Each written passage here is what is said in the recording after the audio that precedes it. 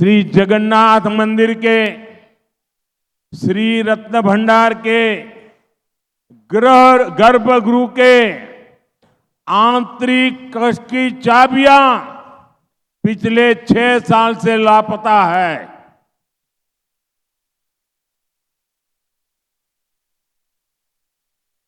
इतना बड़ा अमूल्य खजाना जो भगवान जगन्नाथ के ताबे में है, आप उसको भी संभाल नहीं पाए, चाबी खो दी। आप मुझे बताइए, मेरे उड़ियावासी, आप जरा बताइए, मेरे तो दिल को चोट पहुंची है। मैं आपको पूछता हूं, और आज पूरे देश को चोट पहुंच रही है जब सुनेंगे तो, क्या आपको ये जानने का अधिकार है कि नहीं है कि चाबियां कहां गई? ये जानने का अधिकार है कि नहीं है? हर देशवासी को पता चलना चाहिए कि नहीं चलना चाहिए?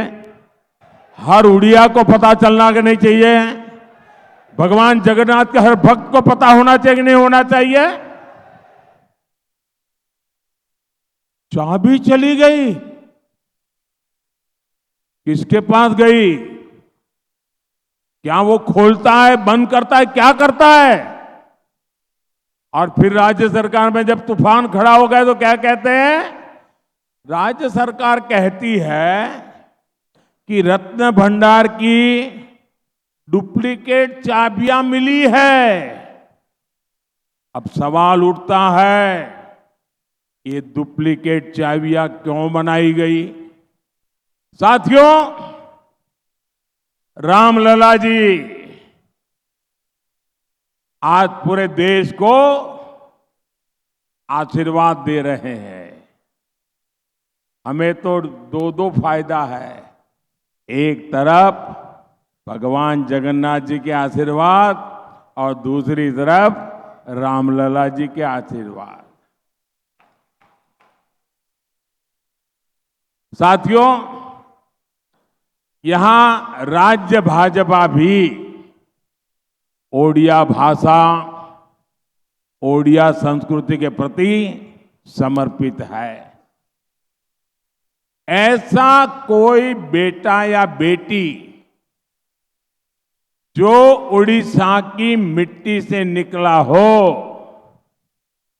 यहां की संस्कृति को समझता है, भाजपा का यहां का मुख्यमंत्री बनाना तय है।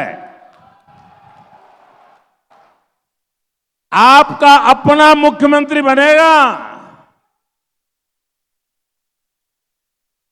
और मैं तो यहां आया हूं आपको 10 जून को भाजपा की सरकार के मुख्यमंत्री के शपथ समारोह का निमंत्रण देने के लिए, आपको भुवनेश्वर निमंत्रण देने के लिए आने के लिए मैं आपके पास आया हूं। साथियों, कल देश ने अक्षय तृतीया का पर्व मनाया है। ओडिशा का अक्षय तृतीया से बहुत विशेष संबंध है। अक्षय तृतीया के दिन से ही पूरी जगन्नाथ रथ यात्रा के लिए रथों का निर्माण प्रारंभ हो जाता है। मैं आप सभी को इसकी बहुत बहुत शुभकामनाएं देता हूं। और इसी से जुड़ा एक बहुत संवेदनशील विषय आप सभी के सामने उठा रहा हूं।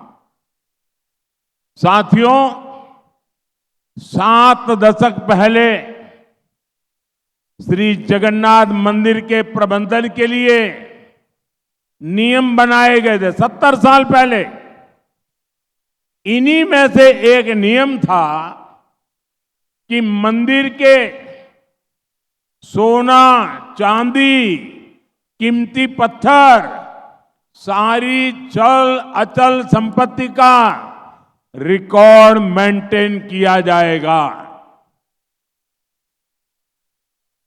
इसके बाद श्री रत्न भंडार में रखे कीमती सामानों की एक सूची तैयार की गई थी। इस रत्न भंडार का आखिरी बार मूल्यांकन करीब 45 साल पहले किया गया था।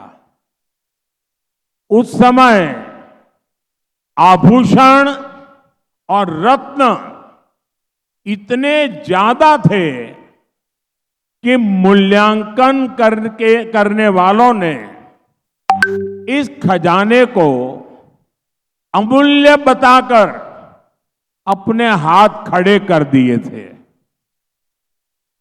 आप कल्पना कर सकते हैं, भगवान जगन्नाथ,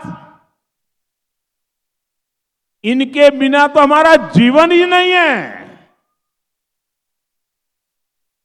अरे जगन्नाथ है तो जीवन है।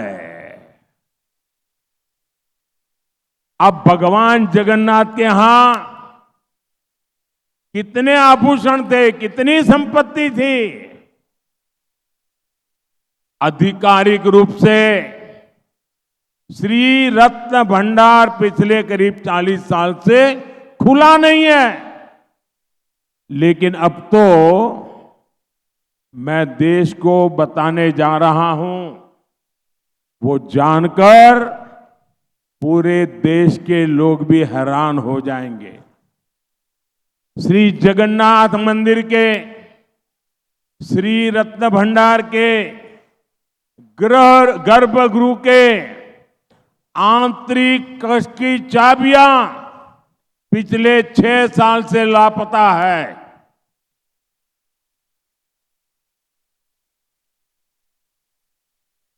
इतना बड़ा अमूल्य खजाना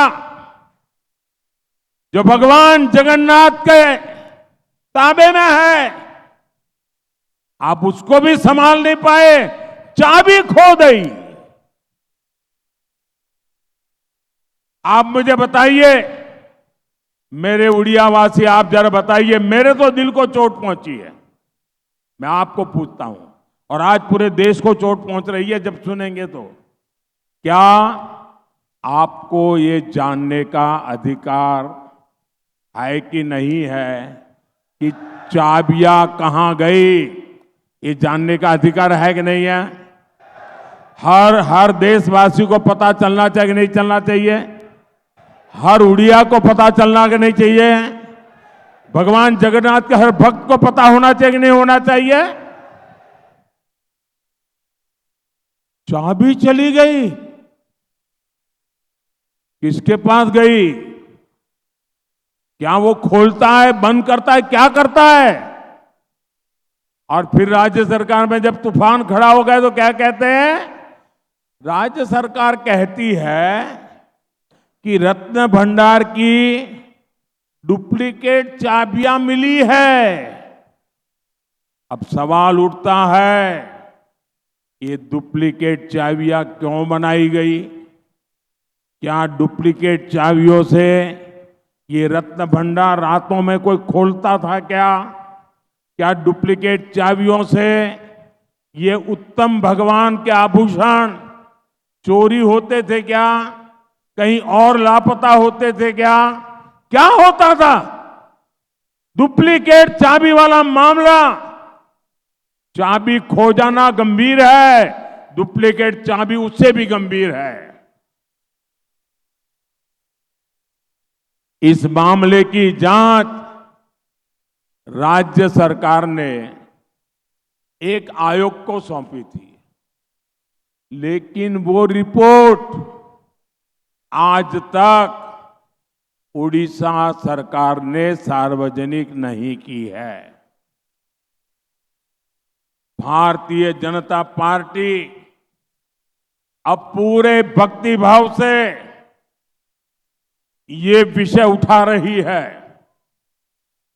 आखिर क्यों बीजेडी सरकार, नवीन बाबू की सरकार इस विषय से क्यों भाग रही है? आखिर ऐसी क्या मजबूरी है? आखिर राज्य सरकार किसके पाप को बचाने की कोशिश कर रही है? मैं आज उड़ीसा के लोगों को, देश के लोगों को एक वायदा कर रहा हूं। राज्य के अंदर भाजपा सरकार बनने के बाद श्री रत्न भंडार की पारदर्शिता को, प्रतिष्ठा को फिर से स्थापित किया जाएगा। और ये मोदी की गारंटी है।